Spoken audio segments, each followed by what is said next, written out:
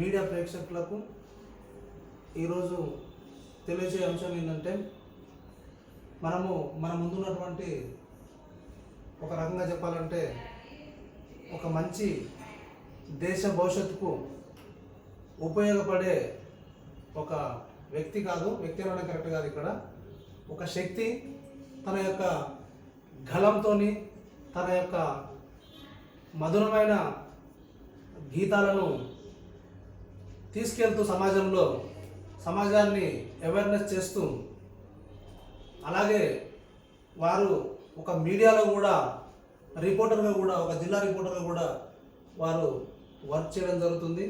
తదితర విభాగాలలో వారి యొక్క విలువైన సమయాన్ని సమాజానికి దారదత్తం పోస్తూ ఉన్న నేపథ్యంలో మన యొక్క human rights protection and welfare awareness organization కంటపడడం జరిగింది. కంటపడడంతో మనము ధర్మబద్ధంగా వెంటాడి మనం తెచ్చుకోవడం జరిగింది మన సంస్థ ముందుకు. మన యొక్క కోరిక మేరకు మన సంస్థ కూడా వారి యొక్క గళాన్ని విప్పి మన సంస్థ యొక్క యాక్టివిటీస్ని కూడా సమాజంలో యాక్టివిటీస్ ద్వారా చైతన్యవంతం చేయాలని చెప్పి సంస్థ నుంచి మేము వారిని కోరడం జరిగింది.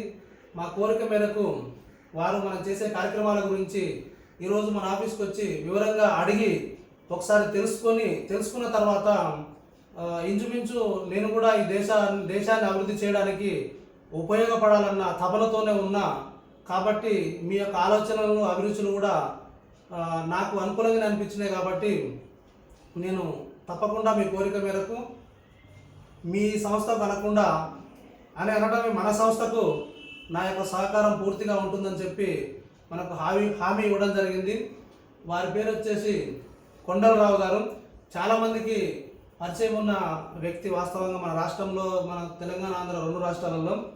వారు ఈరోజు మన కోరిక మేరకు మన సంస్థకు రావడం మనందరికీ చాలా ఆనందకరమైన విషయం. ఒకసారి మనం క్లాస్కొని అలాగే శాలుతో వారిని సత్కరించుకొని మనం ఇన్వైట్ చేద్దాం.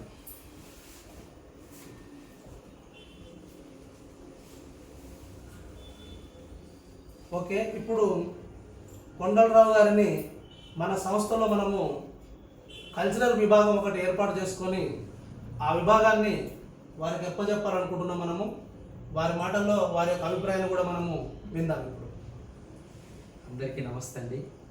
నా పేరు Swarasri doctor పెట్లు Kondalarao, organiser, singer, అదేవిధంగా ఈవెంట్స్ ఆర్గనైజింగ్ కూడా చేస్తుంటాను. నన్ను మన మాధవాచారి గారు ఎంతో గొప్ప మనసున్న వ్యక్తి, సమాజానికి రేపు భవిష్యత్తుకి మంచి పునాదులు వేసి మంచి ఆలోచనలతోటి రేపటి భవిష్యత్తుని తీర్చిదిద్దడానికి వచ్చినటువంటి వ్యక్తిగా నాకు అనిపించాడు. నాకు మంచిగా చాలా ఏమంటే ఒకప్పట్లో చిన్న ఆలోచనలే పెద్ద వృక్షాలుగా ఎలా ఎదుగుతాయో ఈరోజు సార్ ఆలోచనలు చూస్తే నాకు చాలా అంటే ఒక విజన్, ఒక 20 yearsలో ఎలా ఉండాలి మన దేశం అనే విధంగా ఆలోచించడం అనేది అది కొంతమందికే నడుస్తుంది. వాళ్ళల్లో సార్ని చూస్తే నాకు రియల్గా ఒకప్పట్లో అంబేద్కర్లు, ఒకప్పట్లో గాంధీ గారు అలాంటి వాళ్ళు ఆలోచించలేమో తెలియదు, కానీ నాకు తెలిసినంత వరకు అయితే అలాంటి విజన్ ఉన్న వ్యక్తి మన మాధవాచార్య సార్. మీ ఆలోచనలో చూస్తే నాకు నిజంగా చాలా గొప్పగా అనిపిస్తుంది. ఇప్పటి ఈ చిన్న ప్రయత్నాలే రేపటి పెద్ద రిజల్ట్కి వస్తాయి అనుకొని నేను చాలా సంతోషిస్తున్నా. మీలాంటి వాళ్ళు పరిచయం కావడం, రియల్గా HRPWAలో నేను కూడా 1 of the నెంబర్గా మీరు ఇన్వైట్ చేసినందుకు మీకు కృతజ్ఞతలు, ధన్యవాదాలు సార్. మీలాంటి పెద్దలు ఎల్లవేళలా సమాజానికి వెన్నండుగా ఉంటారు.